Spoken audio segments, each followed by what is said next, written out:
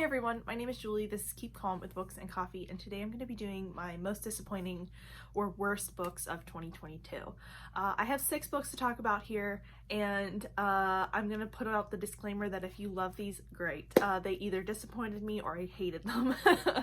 And that's why we read. That's why we all read different books, because we all have different tastes. So I'm going to jump right in. So the first book I have on this list is The Dragon Bride by Katie Robert. This is just a disappointment. This is in the disappointing category to me, because in this we're following a young woman who makes a deal with a dragon shifter and gets sold to another dragon shifter as his bride, and the two of them go from there. That's the basics. It's pretty short, and that was my main disappointment with it, that just with the setup with the young woman and her history and past, I couldn't believe that she was ready for a relationship, and I just struggled to get into this one. So this one just didn't work for me. I'm still gonna try Katie Robert again, but I just found this one to be not for me. Like, it was very middling, and I expected to actually like it a lot based on just the buzz around it and the hype around it. Next on my list is Kingdom of the Wicked by Carrie Maniscalco. This is also a disappointment for me. The Stalking Jack the Ripper series by Carrie is one of my favorites. I love that series. I think it's super fun.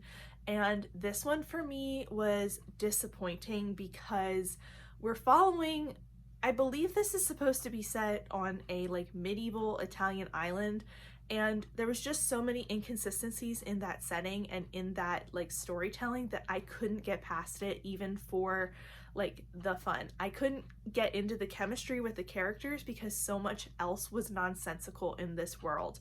And I'm gonna continue on with the series because I have it, but I was just really disappointed in how like silly this felt when we're dealing with the deaths of young women. Like, it just felt like it was trying to be sexy and trying to be mysterious, and we never quite hit that mark. And the longer I go away from this, the more frustrated I am with that.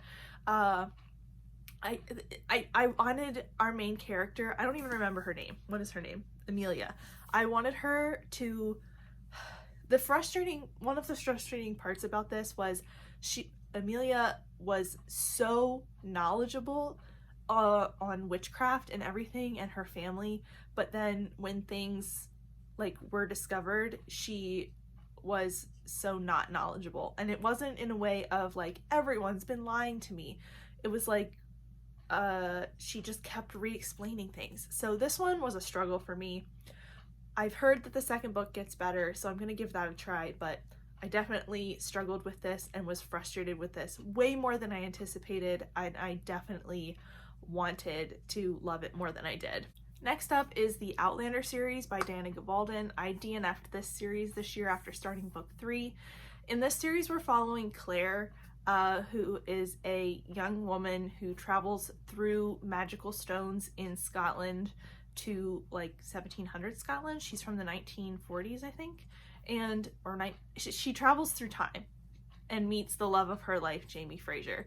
This is like a well-beloved show out there, but the problem I have with it is that there is such a heavy use of sexual assault in this series, and it's so it's a constant threat to Claire and so many of the other women.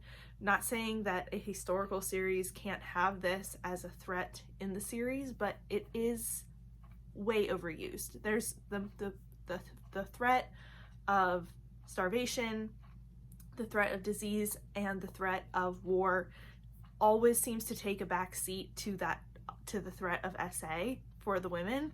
And I just started to get frustrated with it because it was just too much. So I had to DNF this. I was really disappointed because I used to really enjoy this series, but just everything I also checked into like the future of the series to see if it got any better, and a lot of the reviews I saw did not talk about the way that people of color are treated well in this series and the way Native Americans are treated in this series, and I was just like, I'm out, I'm done, this is the end. So I will not be continuing this series, and I'm really disappointed. and it was the worst. It was the worst. I was so ragey and mad when I was reading this series. The fat phobia in it is frustrating. I was upset. Then we have the Ancient Magnus Bride series that I read the first 5 or 6 volumes, I think. I might have even gotten up to volume 8 or 9. I can't even remember this point. I basically deleted this series from my brain. It sounded like a manga series that I like. There's a premise there that is like this young girl is sold to a older magic worker, and he's like, she's my bride, but I'm buying her as my apprentice.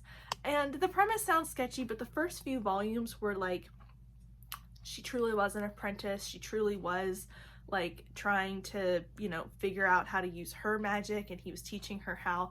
But then it started to slide into like creepy territory and very possessive,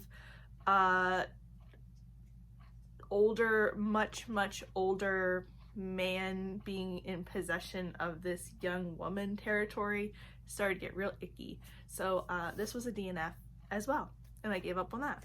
Then we have like my biggest disappointment, the one that hurt me the most, the one that I am disappointed in and have such mixed feelings about, because this is Storm of Echoes by Christelle DeBose.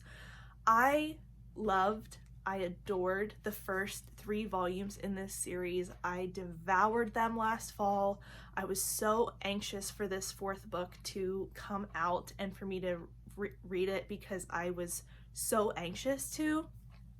And in this series, we're following Ophelia, who's a young woman who lives in a world where arcs are floating countries, and you have to travel between arcs in like hot air balloons and stuff like that.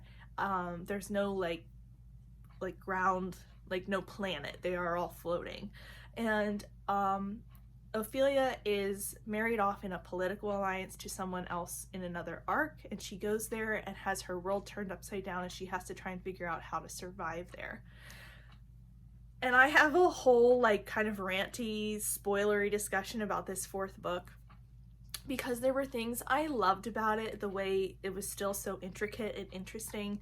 But this disappointed me because all of the other books in this series, even though they were slow paced and that the politics was so intricate and we hardly got any like payoff, like we got payoff with our characters and we got payoff each book in the way that some of my questions were answered, but I had more questions in a good way.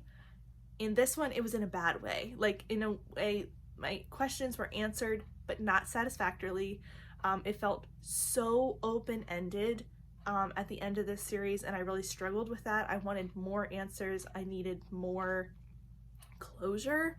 And it just felt like we were rushing to the end of this with so many pieces up in the air that none of them came down and settled very well. So this one hurt me a little bit. I still enjoyed the series. I still recommended it, but this was my lowest rated book of the series, and it really disappointed me in how the series ended because I just needed more. Then the last one I'm going to mention is The Killing Joke by Alan Moore. This one I just don't like. I don't like it.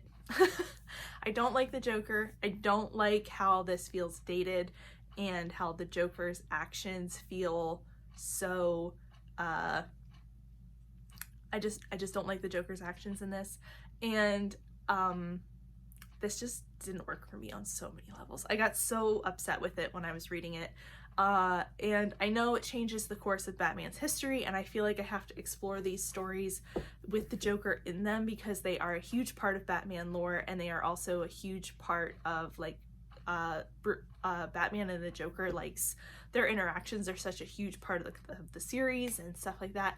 But I hate the Joker so much, and I don't like him as a character, and I don't enjoy his like role in the stories. So I should have known this was going to be a struggle for me. It was, and I just hated every second of it. I did. I hated every single second of this book. So this one makes the list. But those are my worst and disappointing books of the year. Thank you so much for watching. If you want to see me again, please hit that subscription button down below, and I will see you next time. Bye!